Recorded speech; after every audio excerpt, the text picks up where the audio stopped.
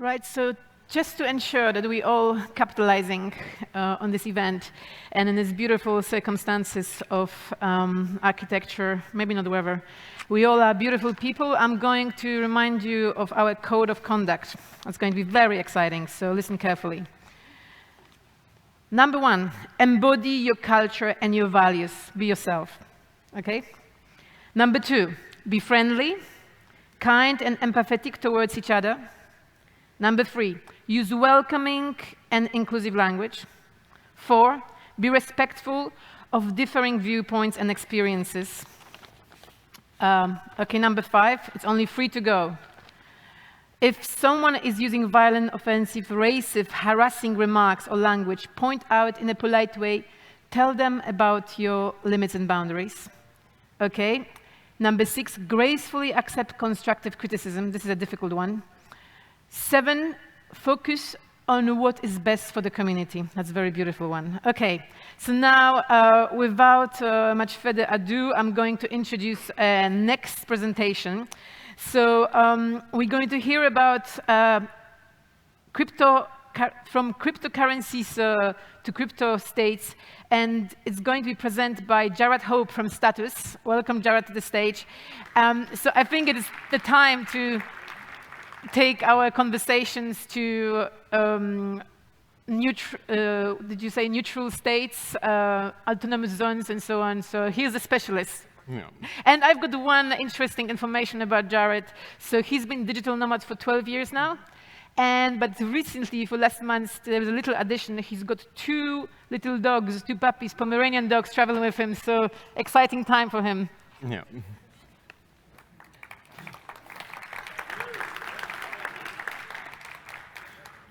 Cool. So hi, everyone. Thanks for coming. My name is Jarrad. Who am I? I run a project called Status. We're big in 2017. Our bread and butter is creating a super application that's completely decentralized. It uses peer-to-peer private messaging technologies, which was actually a sub-protocol of Ethereum in the beginning under a protocol named called Whisper. We've taken it on and called it Waku. But we do more than that. We also do Nimbus, which is an Ethereum 2 client. We do hardware wallets like Keycard. We've done developer tooling and so on and so forth. But I'm here to you today to talk to you about why I got into crypto. So I originally got in around 2011. I was super interested in counter economics, Austrian economics, agorism, and very much in this sort of crypto-anarchist, cypherpunk sort of themes. I know we're more solarpunk here, so you have to bear with me a little bit more. I'm a bit old-timer, I guess. So this is an hour-long talk usually. I've got less than 18 minutes to go through it. So the key takeaway here is that we want to apply liquid markets to social orders. Is by far the best thing we can do for humanity, and I'll make the case for that later on in the talk. What I mean by that is that what's great about blockchains is you can actually view them in a new light, that they're actually a voluntariness social order that doesn't require a monopoly on violence to derive that order. You're essentially creating order out of a bunch of people coming together and coming to consensus. Yeah, and that's basically what's so fascinating about Bitcoin for me. We could actually have a monetary policy that operated in a hostile environment and actually could secure value. And that's also what was fascinating about Ethereum to me, is that we could then generalize that policy and build any kind of institution on top of this. The idea is kind of rooted in, say, structural libertarianism or institutional libertarianism. The idea that anyone can create any kind of institution, deploy it on this order, and then use market forces to achieve competitive governance. So show of hands, who is using fiat as their primary currency in their daily life? Yeah, exactly, right? So show of hands, who's familiar with the problem of debt slavery? Okay. And I guess, last question, who wants to live in a free and open society? Fantastic, right. So there's 2 problems here that we have to deal with, the problem of debt slavery and the problem of technological authoritarianism. Let's go through it. Debt slavery, okay? There's a whole history behind the fiat system and its interaction with the gold standard. We're just going to zoom on this one particular one when it comes down to the Federal Reserve in the United States, right? So in 1913, was it? Basically, there was the Federal Reserve was created, and this is the initial decoupling of fiat from the gold system. So up until this point, there were moneylenders, right? Bankers, and they had to make calculated risks in what they lent, right? Because if they did a bad loan, then they would suffer the economic consequences of this. They would, like every other business, essentially, right? But the genius for them was to actually put themselves into a position where they could not only print the money themselves, they could also loan that money out, right? And this is fantastic for them because that means that they can make as many bad loans as they want and socialize the costs on all of the users of the currency, right? That's a problem because the US dollar is essentially like the layer one, and every other national currency is a derivative of it, more or less, with some exceptions. Then in 1971, Nixon basically decoupled the fiat system from gold entirely, and we see today that excluding the amount of money that's been printed in the last 2 years, which is like roughly 80% of the supply, we've got to a point where the dollar value is worth 95% less than what it was pegged to gold, right? Absolutely insane.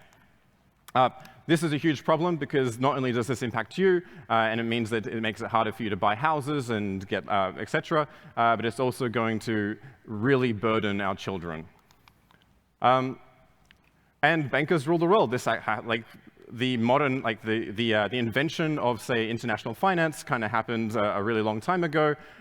Here's a really good quote. The Rothschilds are the wonders of modern banking, peering above kings, rising higher than emperors, and holding the whole continent in the hollow of their hands. Not a cabinet moves without their advice. He holds the keys to peace or war. They are brokers and counselors of kings of Europe and the Republican chiefs of America. What more can they desire? This is the Niles Weekly Register in 1835. Right? This is the seeds of a new social class that spanned the entire planet, which we now call the global elite. Hayek saw this problem as well, an Austrian economist, and he basically said, I don't believe we should ever have good money again before we take the thing out of the hands of government. That is, we can't violently take it out of the hands of government, but all we can do is by some sly roundabout way introduce something that they can't stop, aka Bitcoin. And there's a key concept in here, and this is this opting out, which we'll circle back to in a moment. Now, the other problem here is that freedom across the entire planet is actually declining, right? According to the Freedom House Index, right? I'll skip it briefly. Like we think that we're in like these Western, modern Western liberal democratic societies, and we're kind of insulated from this.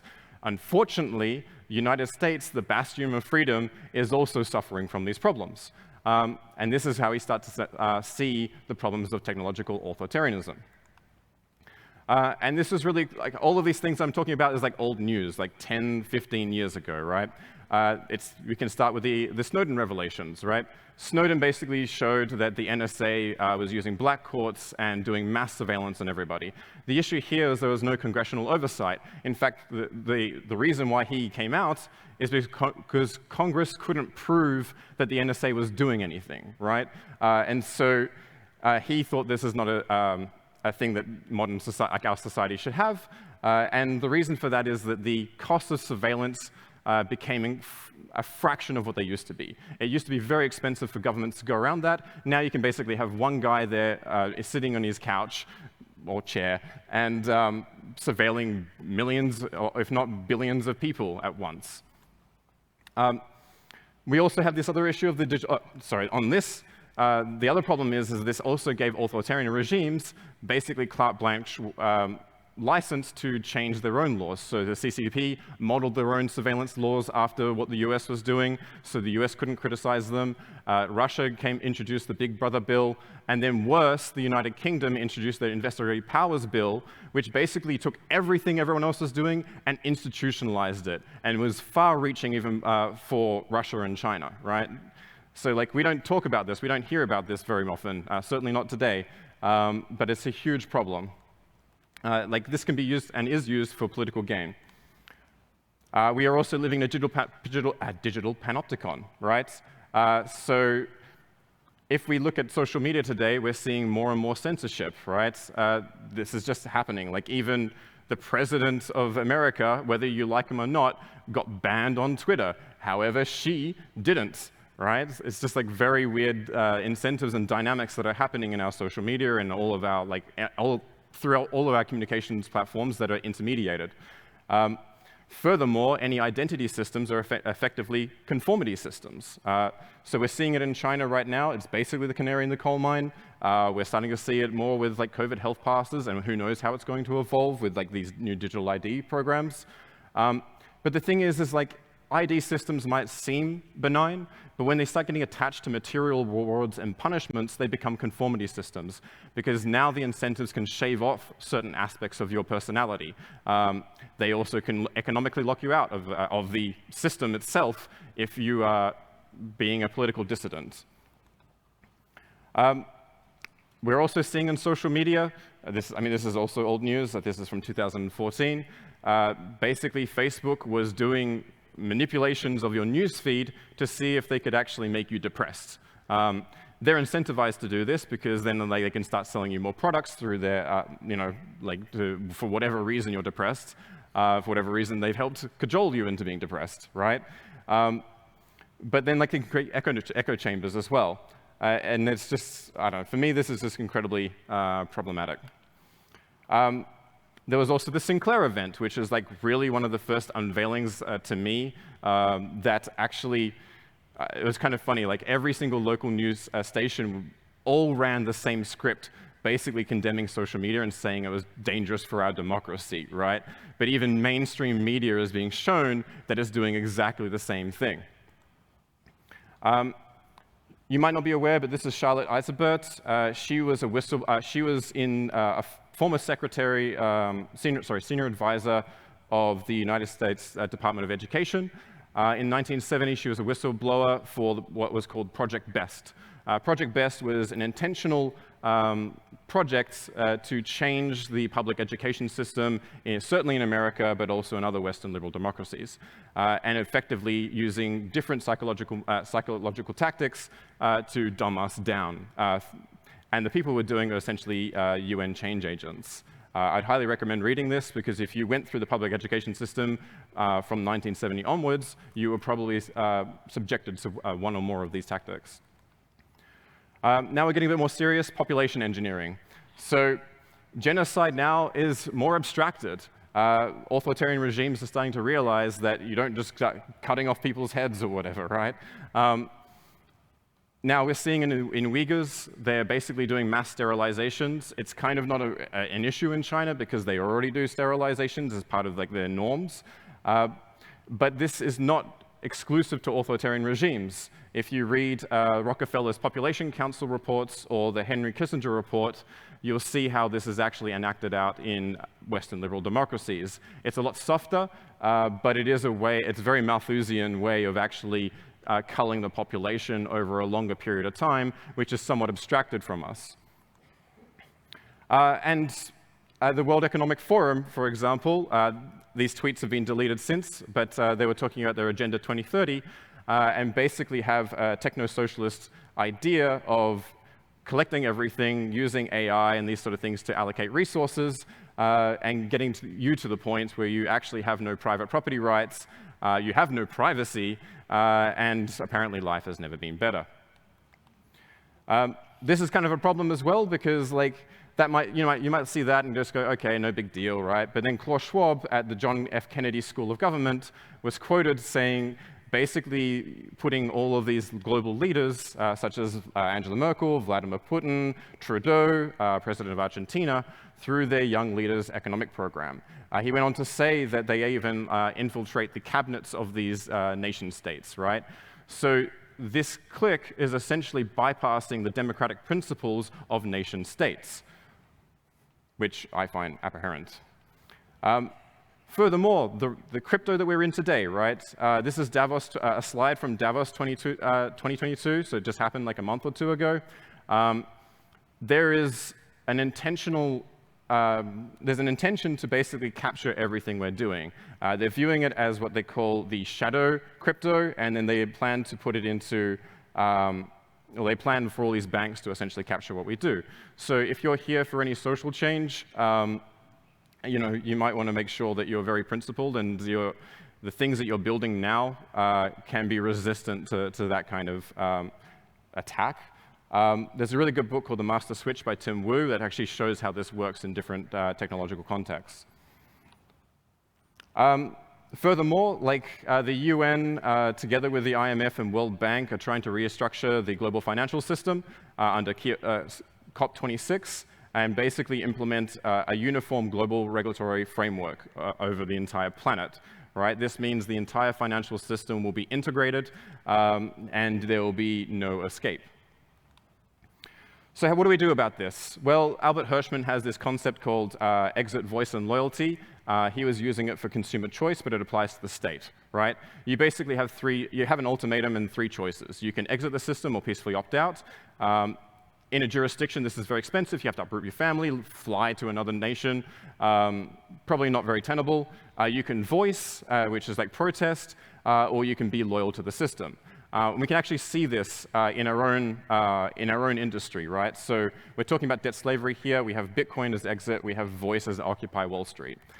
How did Occupy Wall Street go? Well, not well. So basically, Miko White, who was one of the co-founders of the Occupy Wall Street movement, ended up writing a book called The End of Protest, basically saying it doesn't work. And the FBI really coordinated with the banks to make that happen. So yeah, here's a quote here saying that this, what actually happened was tip of the iceberg. FBI worked with Wall Street and corporate America, and they actually created an entire organization just for combating and taking down these key nodes in the movement. Furthermore, they changed the narrative in their media, right? So Occupy Wall Street ended in 2012, and then you start seeing a whole bunch of new terms coming up in all of these articles at a very increasing rate. Definitely read the Grey Lady linked if you're interested in that. So what can we do about this? I guess we can talk about exit. The parallel polis has happened in Czechoslovakia, right, under communist rule. Here's Ivan Juris and Václav Benda. Basically, they were under communist rule. They didn't really like it, so they came up with this idea of creating parallel societies or parallel structures. And so they basically said the independent society does not compete for power. Its aim is not to replace the powers that be with the power of another kind, but rather under this power or beside it, to create structures that respect other laws in which the voice of the ruling power is heard only as an instant echo from a world that is organized in an entirely different way. Right? Outlining the parallel structures in which had become to existence or might do this in the future, Benda argued this might actually gradually supplant or at least humanize the existing official structures. And this actually led to Václav Havel basically overthrowing the communist regime and so on and so forth. But this idea of states without territory has existed for a long time. So the Jewish diaspora actually created kahals or kahilas, which is based off this ancient Israelite social structures that allow them to manage their own affairs irrespective of their host nation. And in fact, like this is a really old idea, like crypto anarchy, cyber states, and pirate utopias is something that I read in 2016. And this old cypherpunk idea was to create like temporary autonomous zones or sovereign crypto networks, basically declaring independence in cyberspace. It was also starting to come up in institutionalists. They also were thinking about how can you make e-government. Leslie Lamport also created a paper for the Paxos protocol called the Part-Time Parliament, which is about a fictional island in Greece that was essentially filled with merchant traders. They would come there. They wanted to actually do their business rather than getting into politics. So they came up with the Paxos protocol and used that to create their legislator. So Andres Harrison recently was on a podcast and couldn't answer why blockchain. The thing is that this technology can operate in hostile environments, right? So here's Kachin, for example. They've been fighting for independence in 1950. They can't have institutional buildings with like paper records because they get bombed all the time, right? So they're actually interested in creating a national currency that is actually a true cryptocurrency, right? There's also the Rajavans who are trying to create a democracy in the caliphate of ISIS. So they've got terrorists on one side, they've got the Turkish bombing on the other side, same problem. But why should we do this? Well, with the technology today, we can secure property rights without doing anything extra fancy. And if we can do that, we can actually start bringing in 4 billion people from that are currently locked out. Now, of course, there's energy concerns and communication infrastructure needs, but like, there are countries out there that don't have stable institutions, but they do, like, users have smartphones, particularly in the under 30 bracket. The World Bank was also saying that rule of law and human capital is actually the largest share of wealth in virtually all countries, more than natural resource extraction. So if we can actually implement this, it's like one of the most valuable things on the planet we can do. Also, the Copenhagen Consensus think tank published a paper on reducing trade barriers and transaction costs, something that crypto doesn't care about. You can transact with anyone on the planet instantaneously without any intermediation. If you can do this and reduce it by 0.1%, you're literally changing the GDP difference between Argentina and Switzerland. So what's also good about this is, like, you can actually start deploying institutions that follow the historical distillation of best practices for governing services. So we can actually respect consent a lot better. In nation states, you don't actually have you have implied consent, right? Nobody signed the Constitution in America, for example. Not only that, we can also mitigate governmental immunity. So right now, like particularly the US, but like most nation states have some kind of form of governmental immunity.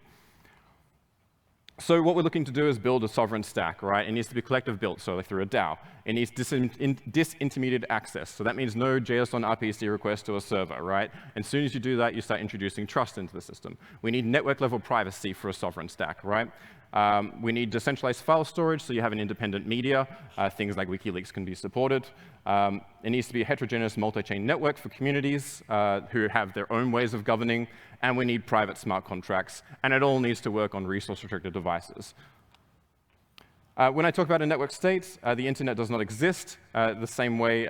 Basically, the internet is not a monolith thing. It is a bunch of nodes or network connections, right? And the actual internet lies within the edges of these connections.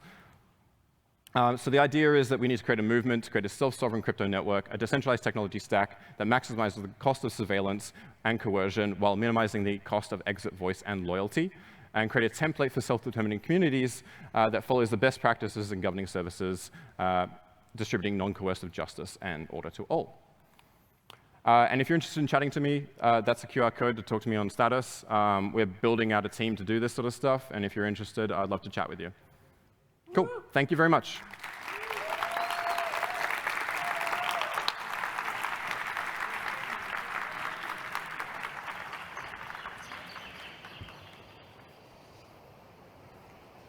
Yeah, thank you.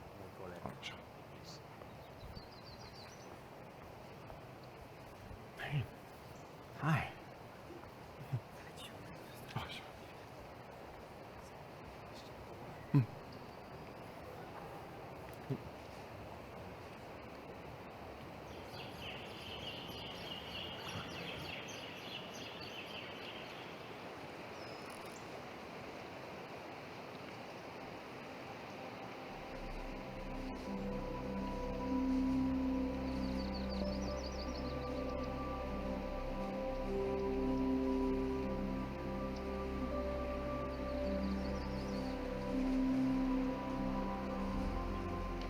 you.